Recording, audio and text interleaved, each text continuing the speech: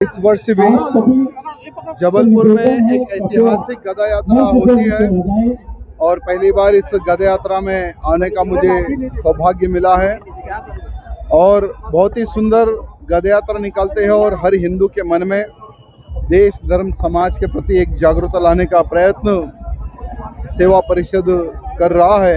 एक बहुत ही सुंदर कार्यक्रम रहेगा।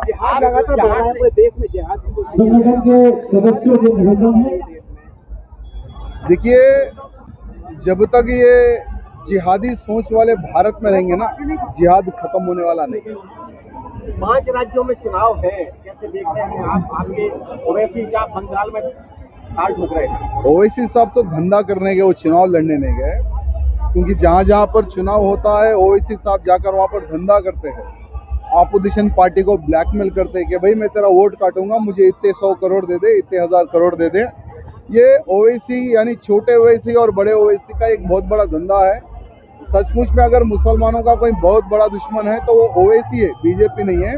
तो ये आज के मुसलमानों को सोचने समझने की आवश्यकता है। बंगाल में एक मुद्दा आया है, ममता ने कहा है कि बीजेपी की सरकार बनी तो खाने पर प्रतिबंध लगाने की बात है। देखिए, अभी चुनाव का माहौल है तो ममता बनर्जी बौखला गई है, क्योंकि लगभग पिछले चुनाव में ही 77 सीट भारतीय जनता पार्टी ने जीती है। मैं समझता हूँ इस बार ममता की एक बहुत बड़ी हार होगी और बंगाल में भी भगवा लहराएगा। ममता बनर्जी कह रही है कि जो SIR आई थी वो कहीं ना कहीं वोट काटने का काम किया है। SIR लाने का मतलब है कि जो सचमुच में जिसका वोट है वो रहेगा, और बांग्लादेशी जो वोट है, जिसको बांग्लादेशियों को जो पाल के रखा था ममता बनर्जी ने, उन तमाम बांग्लादेशियों का वोट तो कटेगा और बांग्लादेशी भी को भागना पड़ेगा वहाँ से। आप धुरंधर मूवी को लेकर के आप कल सवाल भी उठाए थे, क्या कहना है उसको? देखिए, वो देश के प्रति एक समर्पित मूवी में समझता हूँ, क्योंकि इस मूवी में सच्चाई बताने का प्रयत्न किया गया था कि कैसे एक भारतीय एक वीर सैनिक पाकिस्तान में जाकर अपना पूरा माहौल जमाता है, कैसे आतंकवादियों को ठोकता है। एक बहुत अच्छी मूवी है, और कैसे जो डुप्लीकेट नोट जो भारत आते थे उसको कैसे रोकने का कार्य किया है। एक बहुत अच्छी मूवी है। जो लोग विरोध कर रहे हैं ना, मैं समझता हूँ ये भारत ही नहीं है, ये देशद्रोही है।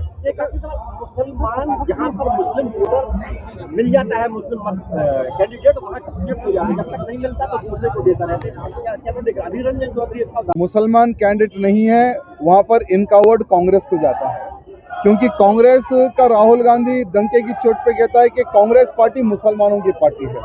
वो डंके की चोट पे कहता है। अब जैसे तेलंगाना का भी मुख्यमंत्री यही कहता है कि कांग्रेस माने मुसलमान, मुसलमान माने कांग्रेस। तो अगर पॉलिटिकल की बात करें तो जहाँ इनका कैंडिडेट नहीं है ये लोग कांग्रेस को डालते हैं, जहाँ इनका कैंडिडेट कौन सी पार्टी से क्यों ना खड़े हो जाए ये लोग मुसलमान को वोट डाल देते हैं।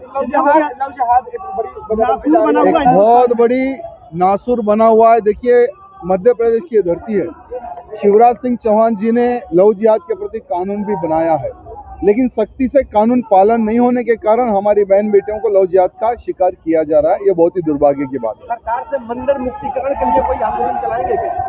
देखिए, अभी तो उस पर कोई विचार किया नहीं। अभी तो गदा यात्रा प्रोग्राम है, पहले इसमें इन्वॉल्व होंगे, बाद में विचार करेंगे। बीजेपी फिर से ज्वाइन करेंगे?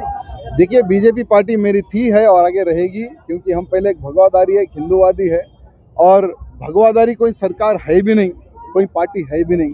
ठीक है, हमारे राज्य के कुछ नेताओं से हमारा अनबन है, लेकिन हमने जिस दिन रिजाइन दिया था हमने डंके की चोट पे कहा था कि हम पार्टी के बाहर भी जाएंगे तो हम अमित शाह जी, प्रधानमंत्री मोदी जी और योगी जी के कार्यों का प्रचार करेंगे, और आज भी कर रहे हो। थैंक यू भैया।